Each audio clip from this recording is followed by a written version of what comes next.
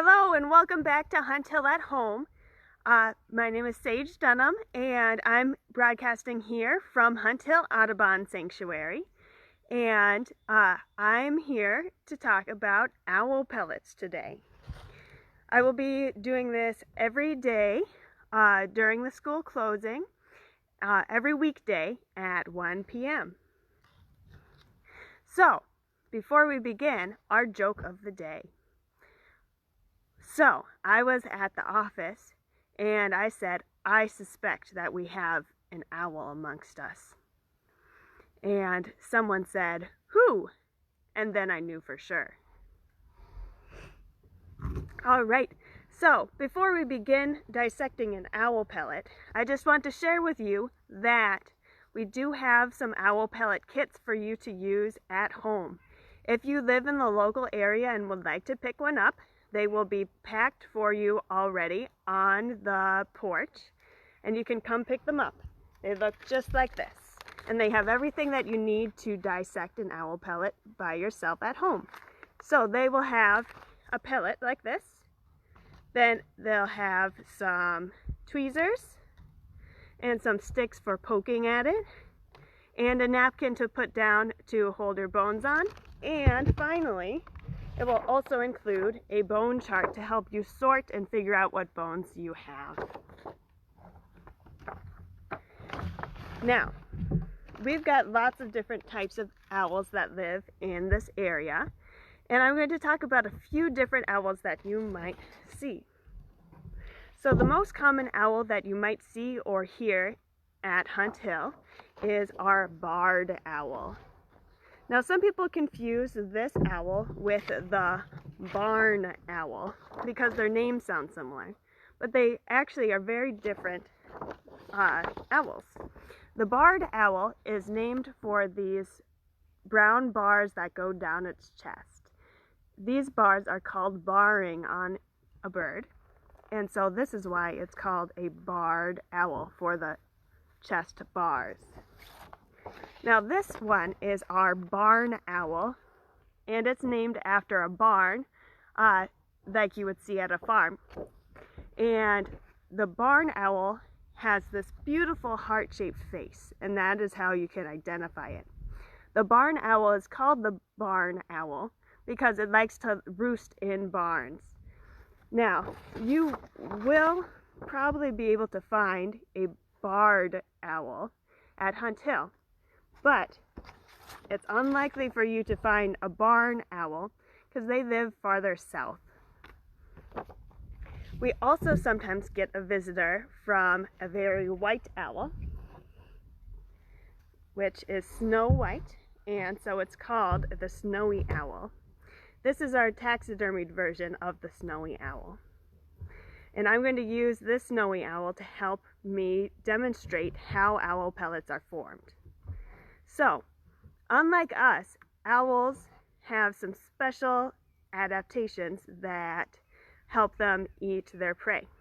So, if you imagine that this rock is a mouse, the owl doesn't have any teeth to chew it up with, so it will actually swallow the mouse whole, and it will go down its esophagus and down to a special organ that it has called the proventriculus.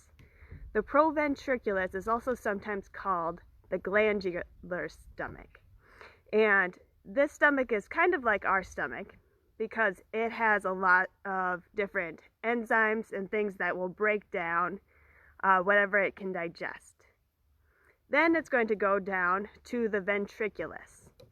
The ventriculus is also sometimes called the gizzard in birds. And that is what will grind up all the little pieces that it can't digest. So things like bones and fur and feathers will all get ground up in there and formed into a tight little pellet. Once it's got this pellet, it will regurgitate the pellet and spit it out. So, this pellet right here is wrapped in tin foil. And there's an important reason why it's wrapped in tin foil. It doesn't come out of an owl wrapped in tin foil. These pellets that I have, I bought online, And when you buy them online, that helps you know that these have been sanitized or heat treated.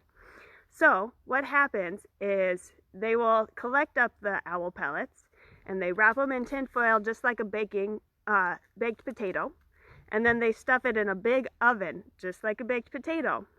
They keep them in the oven for long enough that all of the bacteria are burned off, so it's safe for us to handle.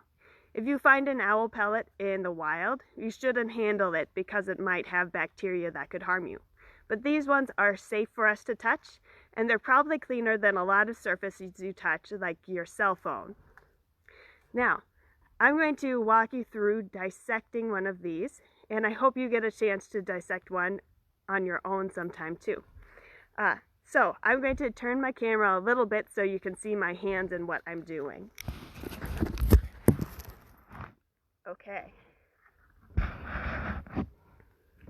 So I'm going to start by unwrapping our owl pellet. This is what it looks like in the wild. Now, if you're squeamish and you don't want to touch it, it's okay. I'm going to touch it and then I'll just wash my hands afterwards. So I like to start off by trying to pull it apart really gently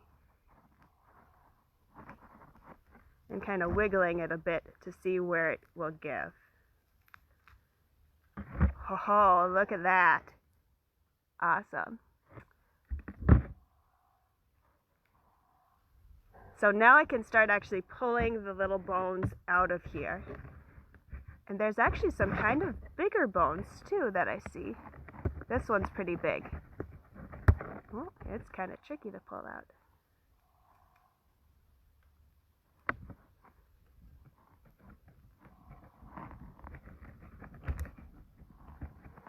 There's a nice bone. Will it focus? Alright, it looks like I also see a skull in here. I want to see what kind of skull I've got. Ooh, look at this long one.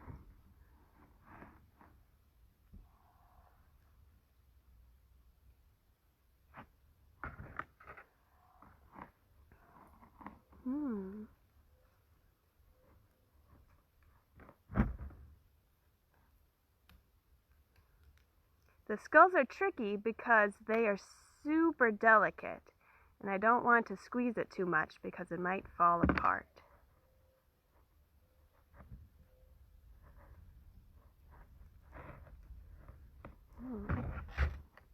So here's the back end of the skull, and I can use my little poker stick here to help me get all this fur and other gunk out of it. But there's where the back of the skull is.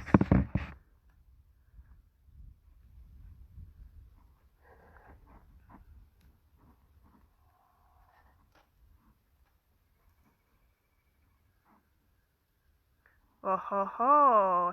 I found something really neat.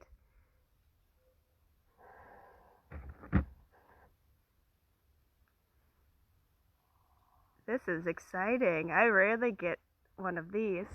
So right here, I have a long line of little bones that are all connected. This is the spinal cord, well, the spine, there's no cord left anymore, of this animal that the owl ate. So I'm going to take that out really gently.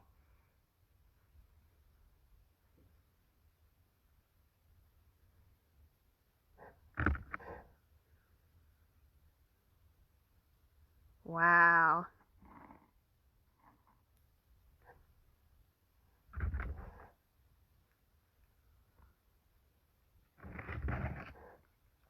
This is a cool little bit.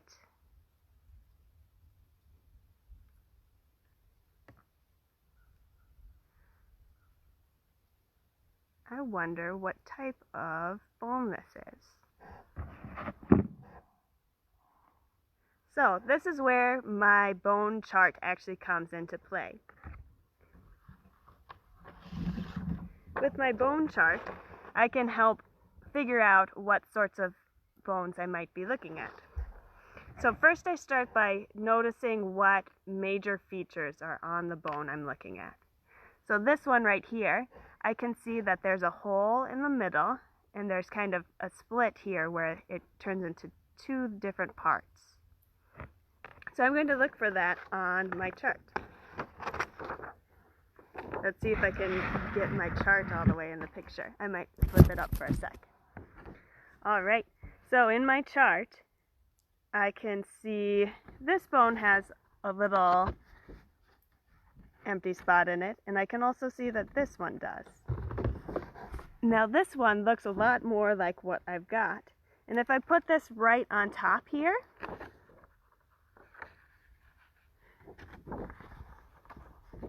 it matches up pretty closely. So I think this is a hind limb. Let's see what other bones I can find. I won't be able to dissect this whole thing right now, but I'll dissect a little bit more so you can see some more parts.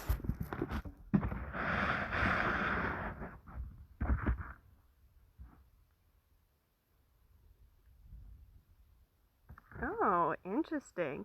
I got some really big bones in this one. This one is like a circle, and it's got two parts coming off of it. I wonder if I can find that piece.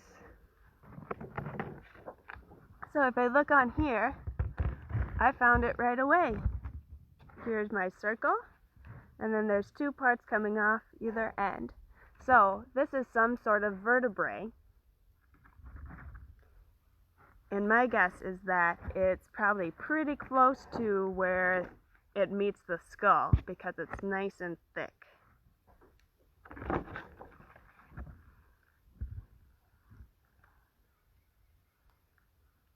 Oh-ho! I found something really big here.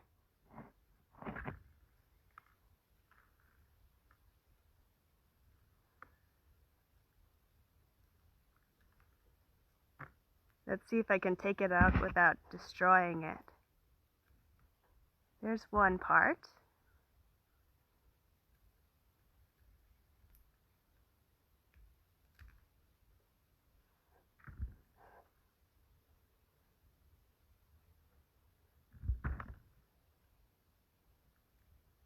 Oh, and there's the other part. Okay.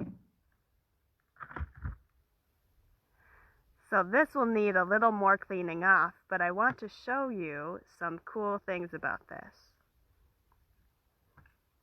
So, if you look really closely on here, you'll see that it's got these yellow teeth pointing off of it. This is its lower jaw. And then up here, the upper part of its mouth popped off, but you can see the two yellow teeth on there. Now if I go back to my bone sorting chart here, I can see that there are only 3 options that have teeth: a rodent, a shrew, and a mole. The shrew and the mole have really tiny teeth, whereas the rodent has these big, long teeth that match up pretty closely with this. So I know for sure that this is a rodent. My guess, with the size of this skull, this is too big to be a mouse skull. So I think this might be a rat that the owl ate. I'm going to continue with this, but I'll continue it off camera so you don't have to watch me the whole time. Thank you so much for watching, and I hope you join me next time on Monday at 1 o'clock. Bye!